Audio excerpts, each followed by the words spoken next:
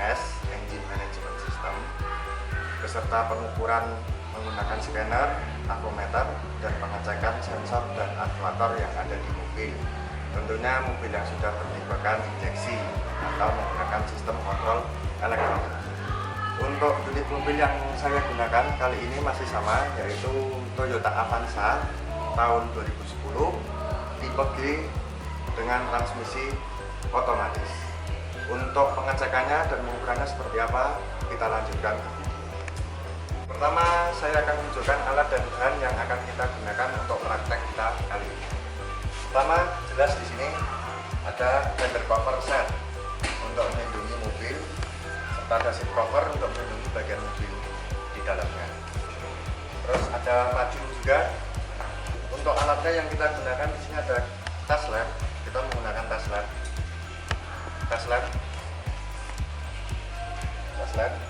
Lalu ada avometer digital. Setelah itu untuk scanner saya menggunakan launch serinya X43 Pro V3.0. Ini bentuknya seperti ini. Ini tabletnya. Dan ini untuk dongle-nya. Dongle-nya nanti kita pasang di mobil seperti ini. Berikutnya ada toolbox set. Ini bisa dilihat di sini. Lalu kabel yang saya buat sendiri ini digunakan nanti untuk kita mengukur atau mengecek relay. Sepertinya ada 4 buah dengan 4 terminal. Untuk buku manual sendiri kita gunakan versi digital dari Toyota karena kita menggunakan Avanza, maka kita gunakan buku ini versi Avanza dari Toyota. Seperti ini bukunya. Ini digital, ada di sini. Bagian-bagianan tinggal kita klik. Ini sudah ada semua. Oke, untuk selanjutnya kita akan menggunakan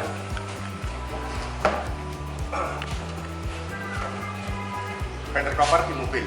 Lalu kita akan mempraktekkan bagaimana pengukuran dan penggunaan dari scanner. Oke, langsung ke menggunakan fender cover, memasang fender cover.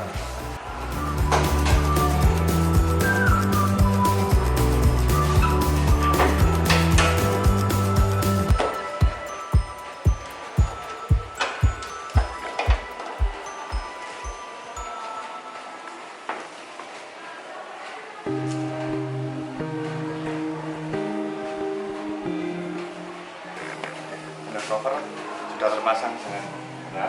Sekarang selanjutnya kita akan masuk ke dalam mobil.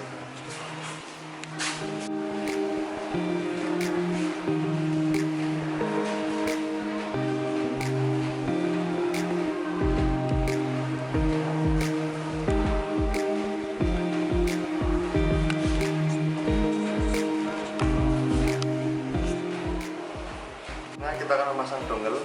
Dongle ini digunakan untuk receiver dari scanner. Pemasangannya ada di bagian bawah dari mobil, ada di dek bawah, di bagian bawah di sebelah kiri, di bagian bawah setir mobil. Seperti apa pemasangannya? Kita pasang di sini.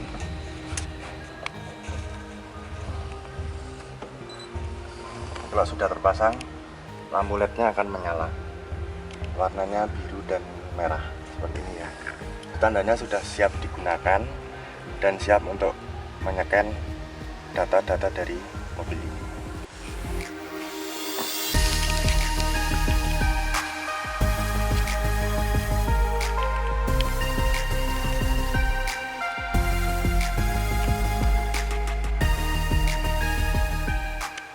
Pemeriksaan yang pertama kali kita lakukan menurut buku di sini adalah pemeriksaan voltase baterai. Kita akan cek voltase baterai ini menggunakan avometer digital. Seperti apa pemeriksaannya? Kita cek. Pertama kita akan mengecek voltase baterai. Di sini pertama arahkan selektor ke posisi volt lambang V. Ini.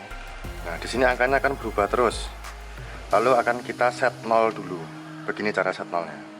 Tempelkan sampai angkanya 0. Setelah angkanya 0, kita akan tancapkan seperti ini. Merah positif, hitam negatif. Tempelkan. Tempelkannya ada di kutub baterai, bukan di kuningannya, bukan di terminalnya, tapi di kutubnya ini. Seperti ini, bisa dicek. Lalu baca dari hasil pengukuran voltasenya, itu di layar sudah kelihatan. Voltasenya 12,66 volt. 12,66 volt. Berikutnya kita akan memeriksa relay. Seperti ini bentuknya. Relay RV dan relay bahan bakar itu sama. Posisinya ada di mana nanti akan saya jelaskan. Ya, untuk relaynya sendiri terletak di kotak fuse, ada di bawah dashboard di ruang kemudi di sebelah kanan. Ya, di fuse box sendiri ada 4 relay, namun hanya 2 yang kita cek, yaitu relay FP atau fuel pump dan relay FV. Letaknya seperti pada gambar berikut ini. Pengukuran atau pengecekan relay seperti ini. Ini ada 4 terminal, terminal 1, terminal 2, terminal 3, dan terminal 4 atau kakinya. Nah, ini kita hubungkan dengan kabel ini tadi yang saya gunakan. Oke, 1 dan 2, kaki 1 dan kaki 2 ini kita hubungkan ke plus dan minus baterai. Ini. Lalu kaki yang 3 dan 5 ini kita hubungkan ke avometer digital. Pertama kita akan mengecek tahanan baterai. Maksudnya tahanan dari relay. Kondisi yang pertama, kaki 3 dan 5 dihubungkan ke avometer tanpa ada aliran voltase. Hasilnya harus 10 kg atau lebih, 10 kilo ohm atau lebih. Kita praktekkan. Seperti ini.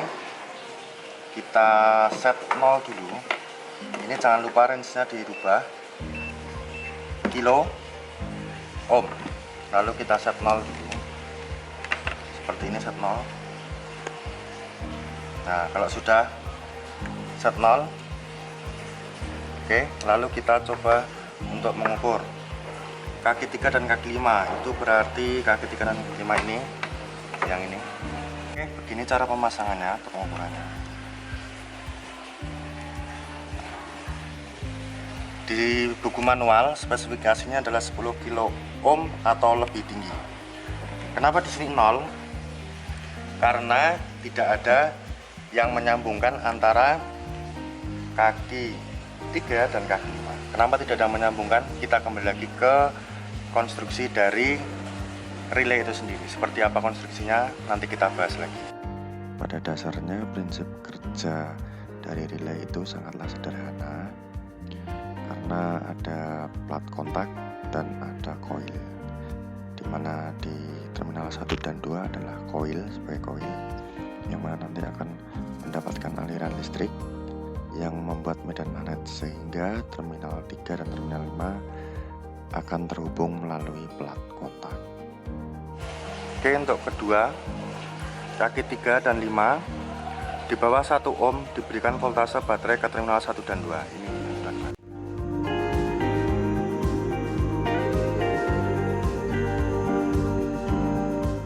kita gunakan baterai untuk mengukur. Sebelumnya kita rubah dulu range-nya.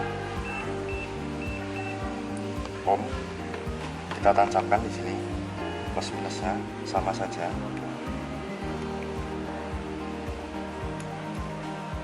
Nih, yang terukur 0,002 ohm. Itu jika diberi aliran voltase 0, artinya tidak ada hambatan. Tuh, 0,001 ohm. Artinya apa? Berarti tidak ada hambatan. Artinya bagus relay itu. Oke, selanjutnya kita akan mengukur atau mengecek tahanan dari beberapa sensor. Sensornya ada di sini, ada banyak. Kita nanti ukur yang sekiranya itu mudah dijangkau dan tidak terlalu menyusahkan untuk pengukuran. Untuk lokasi-lokasinya nanti saya tunjukkan ada di buku manual. Oke, kita langsung mengukur beberapa sensor. Untuk sensor-sensornya sendiri yang bisa kita periksa, pertama ada di ruang mesin. Itu ada sensor temperatur udara atau IATS, intake air temperatur sensor. Lalu ada lagi sensor tekanan absolute manifold atau biasanya kita sebut MAP sensor, manifold absolute pressure sensor. Untuk berikutnya ada di mesin. Sebenarnya banyak yang bisa kita cek. Ada ISC, idle speed control valve, TPS, throttle position sensor atau sensor posisi throttle. Terus ada aktuatornya, coil, injektor. Terus ada lagi sensor camshaft timing oil control valve, ada knock sensor, ada sensor posisi crankshaft, sensor heated oxygen, sensor temperatur cairan pendingin mesin atau WTS, water temperature sensor. Lalu ada juga sensor posisi camshaft. Nah, untuk pengukurannya nanti kita akan cek atau kita pilih sensor yang paling mudah dijangkau. Oke, kita memeriksa ini idle speed control valve atau yang biasa kita kenal adalah ISC. ISC ini ada 4 konektor, 4 terminal, 4 kaki 1, 2, 3, 4. Kita akan menghubungkan kaki 1 dengan kaki 3, kaki 4 dan kaki 2, dan kita akan mengukur tahanannya. Seperti apa pemeriksanya? Oke, kita lanjutkan. Kita akan mengukur tahanan, maka kita akan rubah dulu di sini selektornya. Tahanan. Oke. Tahanannya kita rubah range-nya. Tahanan ohm, dan lalu kita set 0.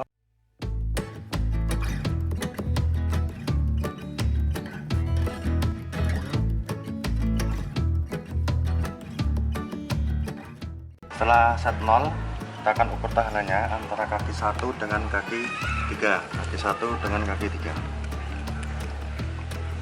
Hasil pengukuran,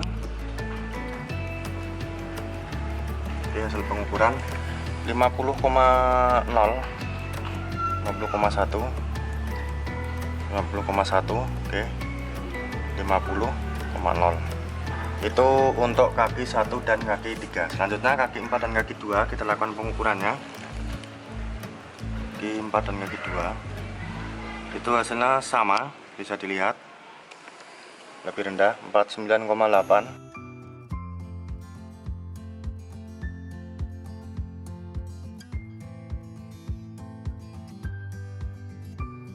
Itu tadilah pemeriksaan tahanan di ISC, idle speed control. Hasil yang ditunjukkan masih di bawah batas maksimal dari pengukuran, yaitu 50,4 ohm pada suhu 20 derajat Celcius.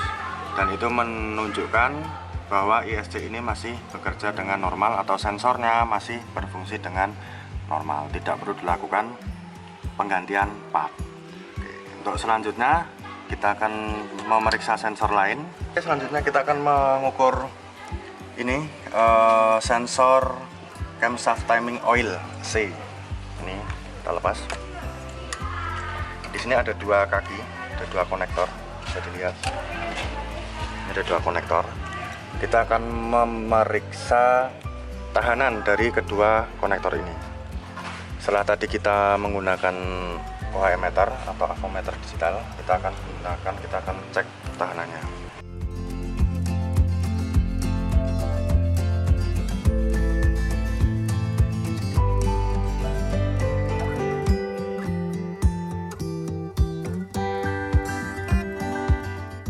Delapan koma 8,1, 8,2, sedangkan di buku manual itu spesifikasinya adalah 6,9 sampai 7,9 ohm pada suhu 20 derajat Celcius. Oke, karena kita anggaplah kita mengukur lebih dari 20 derajat Celcius, maka Tahanannya di antara 8,1 sampai 8,2. Saya anggap itu masih baik karena suhunya yang panas. Jadi sensor ini masih bekerja dengan normal. Berikutnya kita akan memeriksa sensor O2 atau heated oxygen sensor. Kita lepas dulu. Ini di sini ada 4 kaki. Bisa dilihat ada 4 kaki. Nah, kita akan melakukan pengukuran tahanan kaki 1, kaki 2, kaki 3, dan kaki 4. Jika kaki 2 dan kaki 1 dihubungkan pada suhu 20 derajat, tahanannya 11,7 sampai 15,5 ohm. Sedangkan kaki 3 dan kaki 4 jika dihubungkan 1 mega ohm atau lebih. Oke, kita langsung melakukan pengukuran. Kaki 1 dan kaki 2 berapa ohm? Kita cek.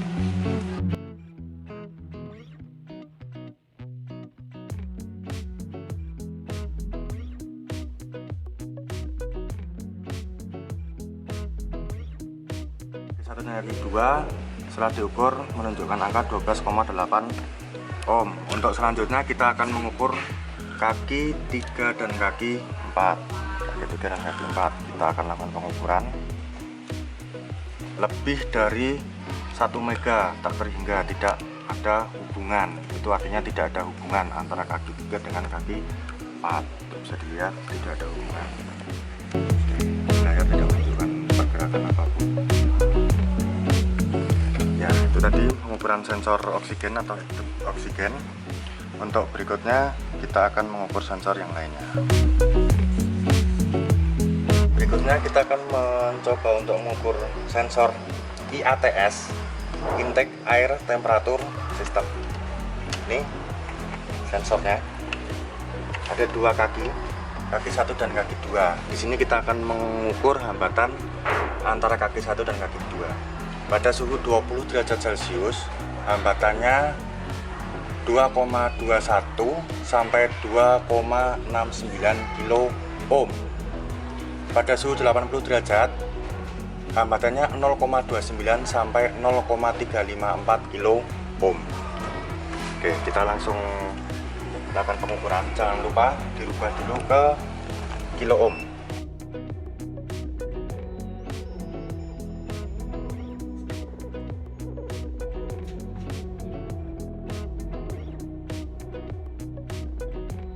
Hasil yang didapat bisa dilihat di voltmeter 1,076 kilo ohm.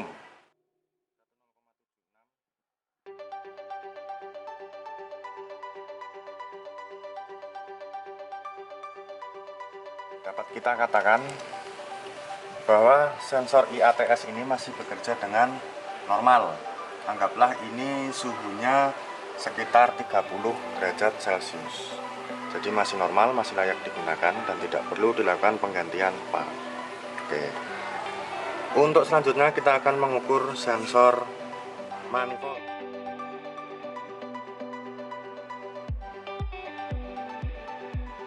Sensor manifold absolute pressure sensor. Di sini ada 3 kaki. Nanti kita akan cek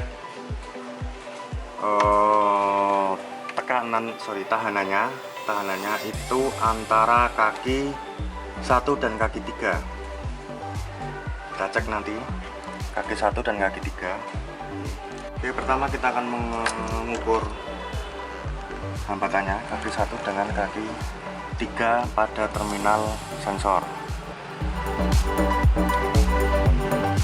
Tidak ada hambatan, tidak terukur hambatannya. Oke, lanjut yang kedua. Jika di buku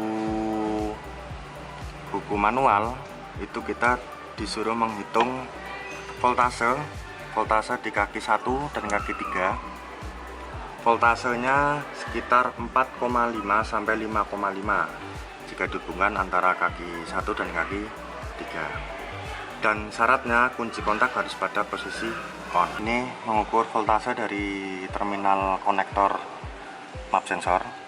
Jangan lupa diganti dulu selektornya ke voltase. Seperti ini, terminal 1 dan terminal 3. Di buku manual Standarnya spesifikasinya adalah 4,5 sampai 5,5 volt. Dari hasil pembacaan itu di avometer menunjukkan angka 4,98 volt, 4,99, 4,98 volt, bisa dilihat. Nah, itu naik turun hanya 0,01 volt. Oke, dari situ kita bisa menentukan bahwa kondisi map sensor itu dalam keadaan baik dan voltase yang mengalir ke map sensor itu pun dalam keadaan baik, tidak perlu dilakukan penggantian part. Untuk sensor selanjutnya apa? Kita lagi masuk ke berikutnya. Nah, kita akan mengecek tahanan dari sensor. Kita coba mengukur yang ada di luar mesin atau yang sudah terlepas dari mesin. Kita akan mengukur selektor di angka periksa kita sudah kita set lagi.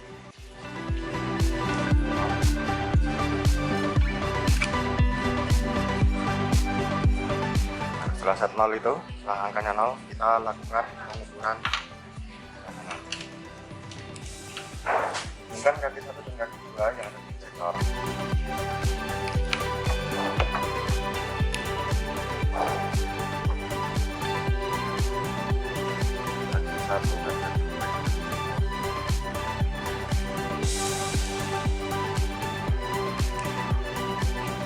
Setelah itu, setelah angkanya lumayan stabil, menunjukkan angka 12,4 ohm. 12,4 ohm. Bisa mengukur.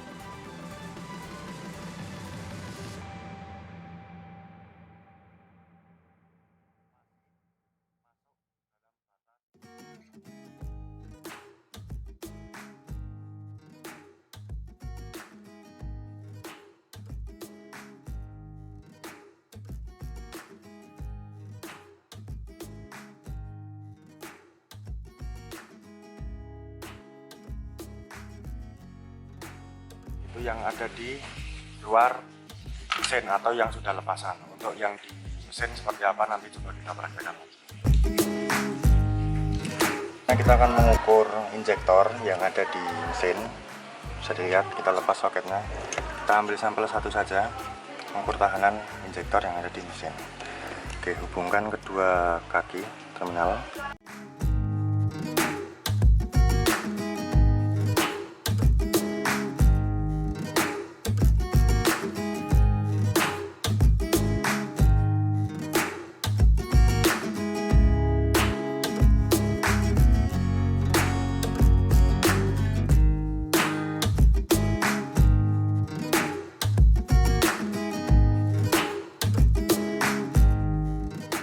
Sekitar 13,2. Karena ini suhunya termasuk tinggi, termasuk panas, jadi mungkin masih masuk wajar, batas normal karena suhunya di atas 20 derajat Celcius. Itulah pengukuran injektor yang ada di mobil atau di mesin. Untuk selanjutnya pengukuran apa, kita simak lagi. Berikutnya kita akan mengukur tahanan dari TPS atau throttle position sensor. Letaknya di sini ada 3 terminal. Nanti kita akan mengukur tahanan antara terminal 1 dengan terminal 2.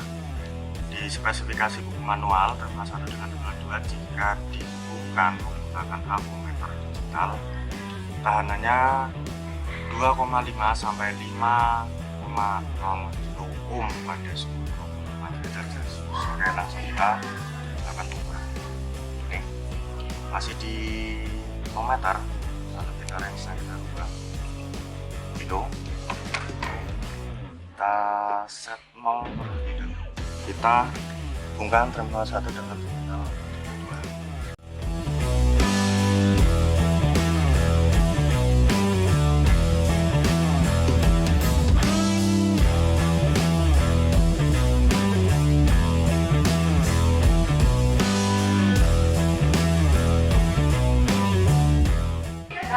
Hasilnya 3,130 ohm.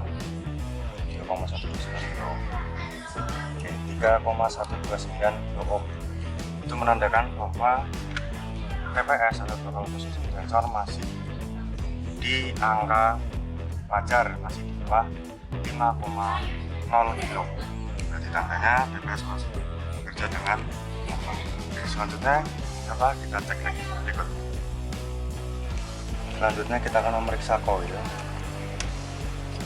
Di sini ada 4 terminal, 4 1 1 2 3 4. Nah, kita akan memeriksa voltase dari konektor koil. Kita nyalakan kunci kontak. Setelah kunci kontak on, kita periksa untuk terminal 4. Terminal 4 itu positif. Ini terminal 4 positif.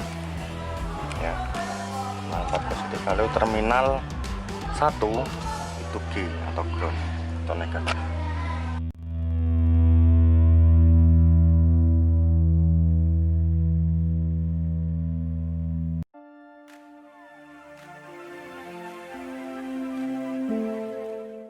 .09 volt. Oke. Sedangkan di buku manual spesifikasinya jika terminal 1 dan terminal 4 dihubungkan maka hasil pengukurannya adalah 11 sampai 14 volt. Oke, berarti itu menunjukkan bahwa aliran voltase atau aliran tegangan ke koil itu normal. Kita akan menggunakan scanner pembacaan data. Melalui scanner kita akan melihat pembacaan data-data apa saja yang bisa kita baca atau kita lihat di scanner.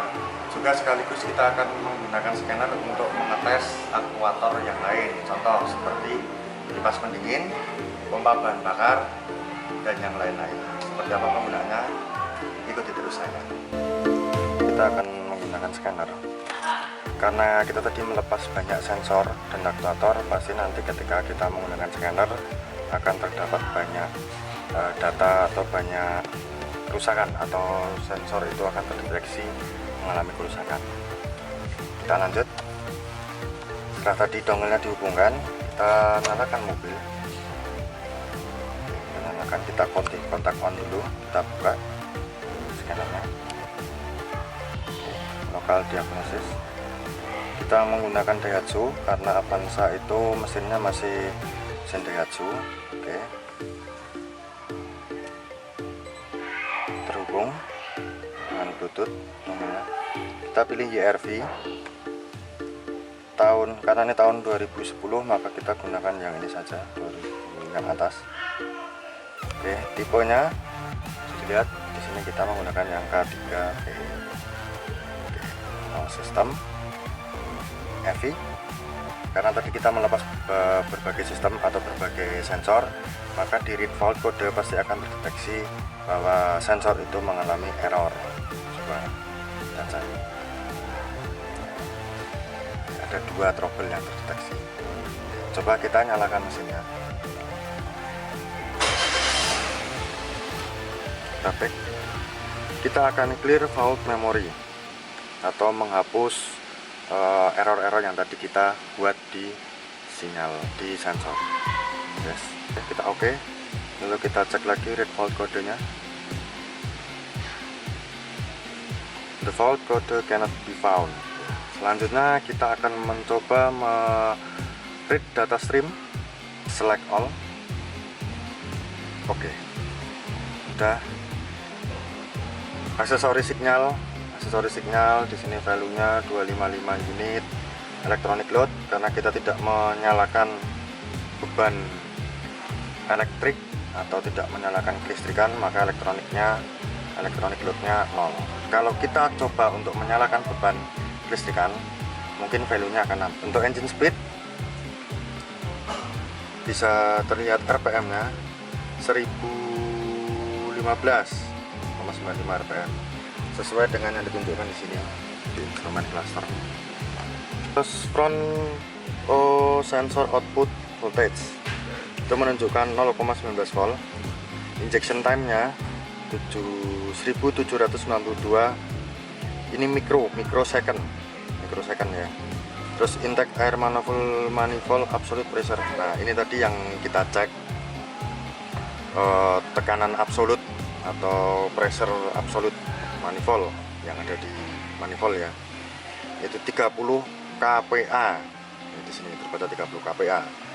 Intake air temperatur ini di sini menunjukkan 32 derajat Celcius. Sedangkan spark advancer atau timing pengapiannya adalah 1,74 derajat. Nah, adakah pengaruhnya jika kita gas? Nanti coba kita cek, atau kita coba untuk melakukan pengatasan dengan cara kita menaikkan bebannya, atau kita buat beban kelistrikan. Kita nyalakan lampu utama, lalu AC kita nyalakan, audio kita nyalakan. Di sini akan terlihat perbedaan data. Electronic loadnya jadi 255, engine speednya yang tadi 1000 sekarang turun jadi 897. Front O2 sensor outputnya pun ikut berubah. Injection time-nya yang tadi sekitar 1000 berapa, sekarang jadi 2500 mikrosecond. Jadi injeksinya lebih banyak karena bebannya lebih berat. Oke, intake air manifoldnya pun beda datanya, 41 kPa. Spark advancer atau timing pengapian bisa dilihat di sini menunjukkan minus, oh ini 3,24, terjadi perbedaan sedikit ya, 2,24, 4,73. Angkanya tidak tetap, naik turun menyesuaikan dengan bebannya. Oke. Ya, selanjutnya halaman berikutnya, upstream O2 sensor 0,11%, minus 2,45%. Vehicle speednya 0, water temperaturnya menunjukkan 81 derajat Celcius. Ini dengan beban penuh. Coba kita matikan bebannya. AC kita matikan, audio kita matikan, lalu kelistrikan kita matikan. Ini di sini upstream O2 sensornya pun turun. Itulah penggunaan atau pembacaan data melalui scanner. Kita akan mengecek aktuator actuation test. Ini adalah untuk mengecek kerja dari beberapa aktuator yang ada di mobil kita. Kita contohkan cooling fan. Nah, ini posisi cooling fan on, bisa dilihat nanti di depan. Nah, itu hidup. Kita coba matikan. On, posisi off. Oke, cooling fan mati. Itulah untuk mengecek kerja dari cooling fan melalui scanner. Selanjutnya kita akan mengecek kerja fuel pump. Fuel pump letaknya ada di tangki. Kalau tangkinya di sebelah kanan, posisi on, mesin mati, ada suaranya, bisa didengarkan. Suaranya ada. Oke, saya akan coba matikan dari sini. Nah, off. Fuel pumpnya off, bisa dilihat di sini. Fuel pumpnya off. Mari kita cek kerja fuel pump pada saat mesin menyala. Nyalakan mesin terlebih dahulu. Jika mesin sudah menyala, di sini fuel pump dalam kondisi on. Kita rubah ke posisi off. Posisi off bisa dilihat. Selang beberapa saat nanti mesin akan mati, bisa dilihat di sini.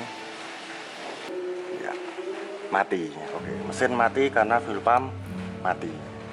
Itulah pengecekan beberapa aktuator yang bisa dilakukan di scanner. Oke, itulah tadi video yang sudah saya berikan, edukasi mengenai pemeriksaan sensor dan aktuator di mobil injeksi, khususnya di Avanza atau Oke, tadi juga sudah saya jelaskan penggunaan scanner membaca recall kode atau error pada sensor dan aktuator yang ada di mobil. Selanjutnya sudah saya jelaskan juga pembacaan print data streaming atau pembacaan data yang bisa disajikan oleh scanner. Saya rasa cukup sekian video dari saya kali ini. Kita akan bertemu lagi di video yang selanjutnya. Terima kasih saya ucapkan. Jika ada salah-salahnya silakan cantumkan